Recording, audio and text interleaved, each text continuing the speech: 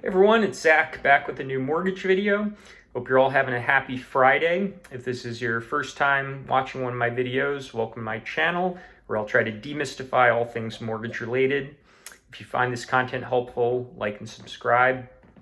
So this week in mortgage news, rates continued to go in the wrong direction, increasing.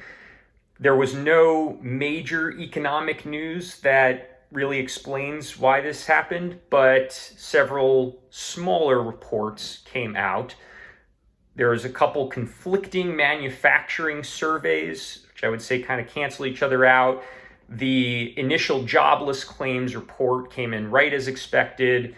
Two builder reports, one for permits and one for housing starts, both came in right as expected.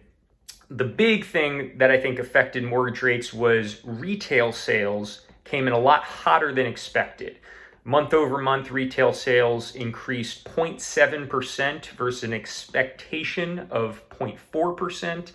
And the core retail sales, which strips out auto sales, went up 1% versus an expectation of 0.4%. Now, I think a big part of this was Amazon Prime Day, which obviously influences spending and is certainly a temporary thing, but this is definitely the most logical explanation of the reports that came out for why mortgage rates continued trending upwards. Now, I want to talk a little bit about the idea of a soft landing. If you've heard this term, it's a common buzzword from the Fed or any major economist. All this means is lowering inflation without crashing the economy and sending us into a recession. And as of right now, it seems we're in a pretty good position to meet that goal.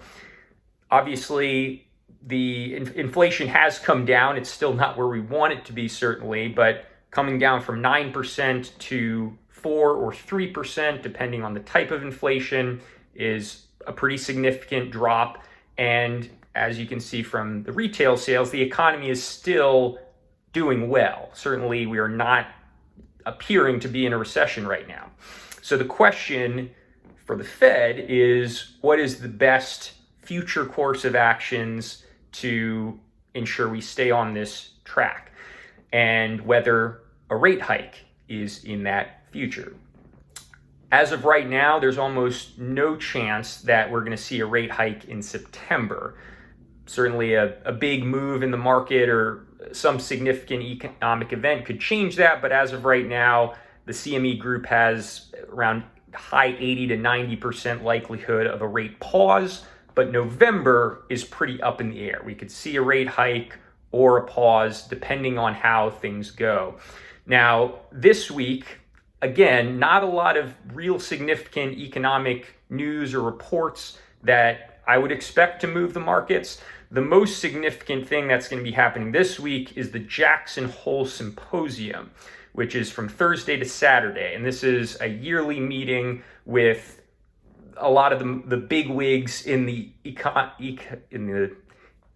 economic world, from Fed chairs to bankers to policymakers, general economists. And on Friday specifically, Fed Chairman Powell will deliver a speech. And depending on the tone of that speech, whether it's bullish or bearish, that could move mortgage rates one way or the other.